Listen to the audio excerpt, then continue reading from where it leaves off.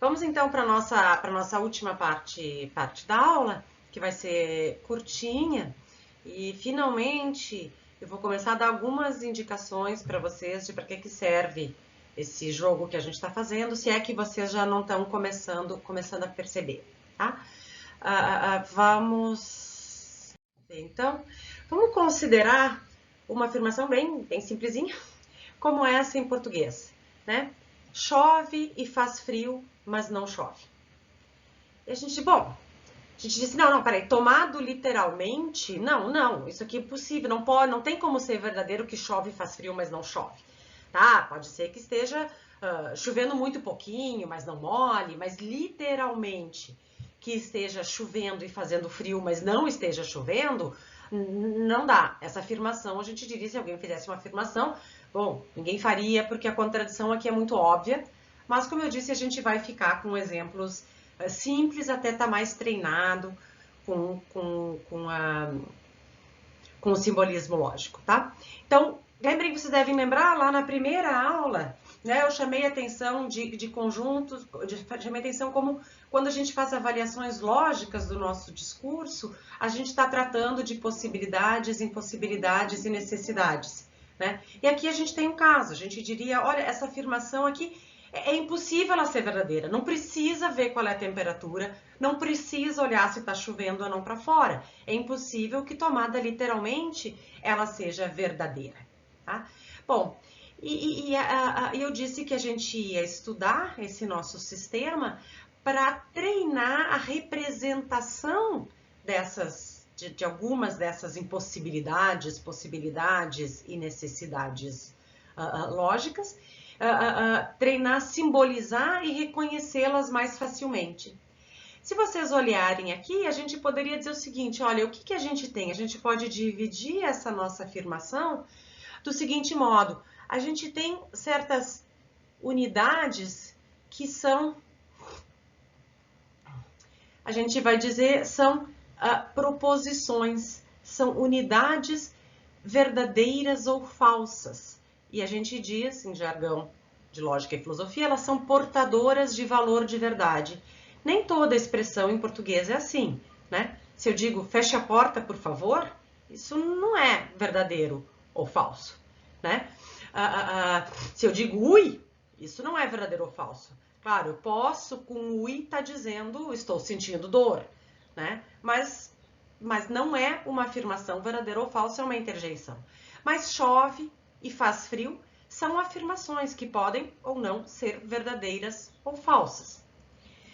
E de outro lado, nós temos outras palavras que são o o mas e o não, que se combinam com essas expressões que podem ser verdadeiras ou falsas, como chove e frio. Se combinam gerando uma afirmação mais complexa, tá? Bom, e o que acontece? O que acontece com essas afirmações mais complexas? Eu tenho uma primeira que é uma primeira complexificação, que é chove e faz frio, né? O que acontece? Nós temos que, em português, tomada literalmente, essa palavrinha aqui faz com que essa frase como um todo seja verdadeira se somente se as duas coisas são verdadeiras, se tanto chove quanto faz frio forem verdadeiras. De outro lado, o que a gente tem com não chove? Né? O que a gente tem com não chove? Com não chove, a gente tem que esse todo aqui vai ser verdadeiro ou falso, dependendo do valor de verdade de chove. Se está chovendo, não chove é verdadeiro. Né? Se chove é falso, se está chovendo, não chove é falso. Né? Se é verdade que chove, não chove é falso. Se é falso que chove, não chove é verdadeiro. Tá? E a palavrinha mas é um pouquinho mais interessante, por quê? Porque ela carrega mais coisa, ela carrega duas coisas. Primeiro, quando é que uma afirmação como essa daqui, digamos, vamos pegar um mas num caso mais simples.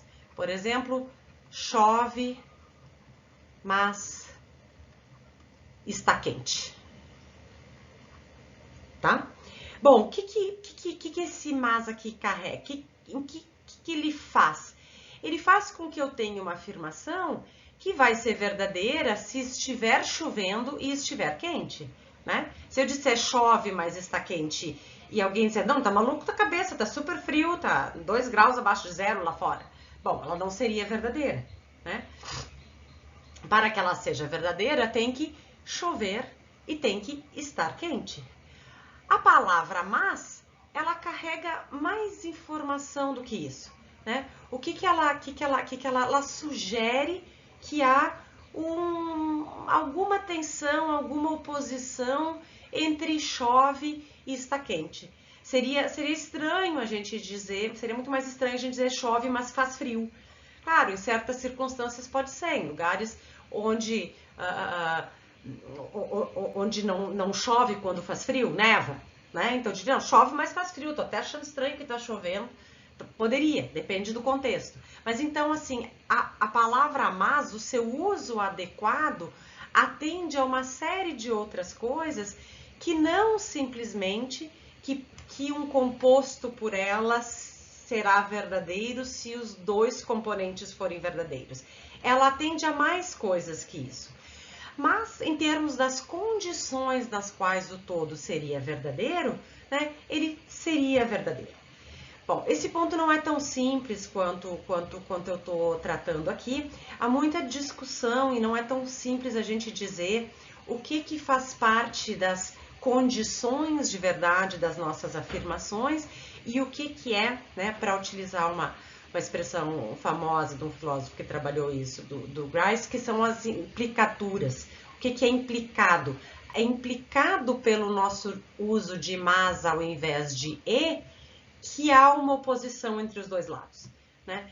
Onde é que algo é implicado, é uma implicadura do nosso discurso, para usar esse termo técnico do Grice, por oposição a algo ser uma condição de verdade da afirmação, é uma questão de filosofia da lógica interessante, mas a gente, para contorná-la, já que a gente quer estudar só um sistema simples, né, a gente vai ficar com casos simples, né? Então, o que acontece? Vamos aceitar que esse mas implica, né, que há uma oposição entre os componentes, né? Mas isso é só, isso não é não determina as condições nas quais o todo é verdadeiro, né? Se a gente considerar exclusivamente isso, a gente vai ter que o mas, quando combina chove e está quente, chove mas está quente, gera uma afirmação que vai ser verdadeira se os dois lados forem verdadeiros, tá? Então, o que nós temos? Nós temos que nós temos aqui uma afirmação, né? Chove e faz frio, mas não chove, que nós espontaneamente dizemos é impossível que isso seja verdadeiro, e nós temos como elementos dessa afirmação como um todo, né, certas expressões que servem, que são portadoras de valor de verdade, que chove e faz frio, podem ser tanto verdadeiras quanto falsas, e certas expressões que se combinam com essas, gerando mais complexas. Nós temos não, que se combina com chove, e que gera uma afirmação que vai ser verdadeira se chove é falso, e vai ser falsa se chove é verdadeiro. Nós temos e mas, que vão gerar uma afirmação verdadeira se os dois combinados por elas forem verdadeiros, tá? E agora vamos ver o seguinte, tá? O que acontece se a gente olhar, lembrar das nossas tabelas de verdade? A gente vai ver que, por exemplo, o fato de a minha definição de valoração booleana, a nossa definição de valoração booleana, que é, né, lembrem, aqui é representação em tabela da nossa definição de valoração booleana, ela faz justamente com que esse sinalzinho aqui se comporte de maneira muito similar com o não. Melhor do que dizer que de maneira muito similar com o não, ele se comporta exatamente igual a um certo uso, a um uso mais banal do nosso não. Exatamente como não chove vai gerar algo que vai ser verdadeiro se chove for falso. e vai gerar algo falso se chove for verdadeiro, a nossa definição de valoração booleana faz com que esse sinal se comporte assim, tá? Por outro lado, se a gente pegar agora a nossa definição de valoração booleana para esse sinalzinho aqui, o que que ela faz? Ela faz com que eu tenha algo que vai receber V se e somente se os dois lados forem verdadeiros. Portanto, a minha definição de valoração booleana faz com que esse sinalzinho aqui se comporte, né, como algo que captura das minhas palavras e mas algo. Captura o quê? O fato de que essas palavras geram afirmações complexas que vão ser verdadeiras se as duas combinadas forem verdadeiras. Tá certo? Bom, então o que que a gente tem? Vamos ver agora o que que a gente tem. Se por outro lado a gente tiver o quê? A gente pensar naquela minha afirmação como representada desse modo aqui, né? Onde eu tenho? Eu tenho que o meu P substitui chove. E eu tenho que o meu Q substitui faz frio. Né? Assim como chove e faz frio em português são expressões que podem ser verdadeiras ou falsas, nós no nosso simbolismo fizemos com que nossas letras sentenciais pudessem receber V ou F. Né? E nós, graças à definição de a valoração booleana, fizemos com que certos sinais se comportassem de maneira análoga a certas expressões da nossa linguagem. Tá? O que nós podemos fazer? Então, nós podemos tomar agora isso aqui como uma espécie de simbolização de chove e faz frio, mas não chove. Tá? E o que a gente tem agora? A gente tem uma expressão, tá, que pretende representar, em parte, isso que a gente chama, sem definir, porque definir é muito complicado, é uma tese de doutorado, provavelmente mais. A gente teria algo como uma representação da forma lógica de chove e venta, mas faz frio, né?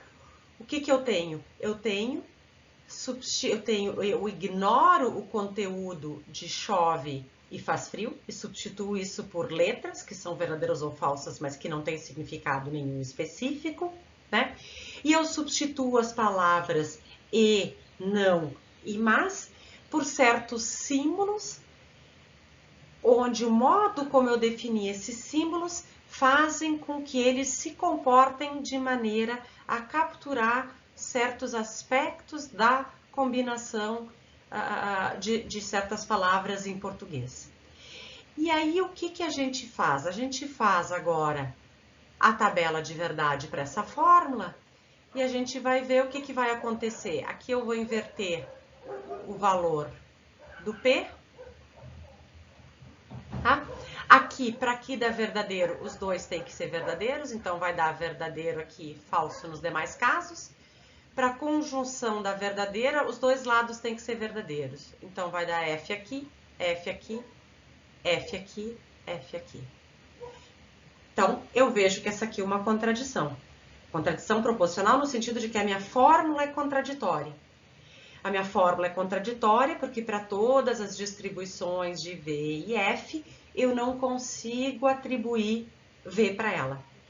Bom, se eu aceitar que isso aqui é uma representação adequada de chove e faz frio, mas não chove, né? E se eu aceitar isso, eu posso mostrar, né, exibir de maneira mais clara nesses sinais o que há de errado naquela afirmação, chove e faz frio, mas não chove, por que ela não poderia ser verdadeira ou falsa? Porque se a gente aceitar que e, mas e não se comportam do modo como capturado por nossos operadores, nós mostramos que para todas as possibilidades de verdade e falsidade das sentenças envolvidas, eu não conseguiria, para qualquer coisa com essa forma lógica, atribuir V. E, portanto, essa é uma afirmação, a isso se deveria a impossibilidade dela ser verdadeira ou falsa. Tá? Essa é simplesmente uma primeira indicação, ainda muito vaga, da relação desse simbolismo com a nossa linguagem. Né? Mas a ideia estou começando a dar pistas, tá? A gente vai depois ver mais disso, tá? Mas é isso um pouquinho para dar uma palhinha de que relação isso tem a ver, né? Por que a gente está fazendo isso? Né? A gente está treinando algo, né, que vai servir para a gente representar simbolicamente e treinar, reconhecer certas estruturas que nós dizemos em português ter certas propriedades lógicas. Ok?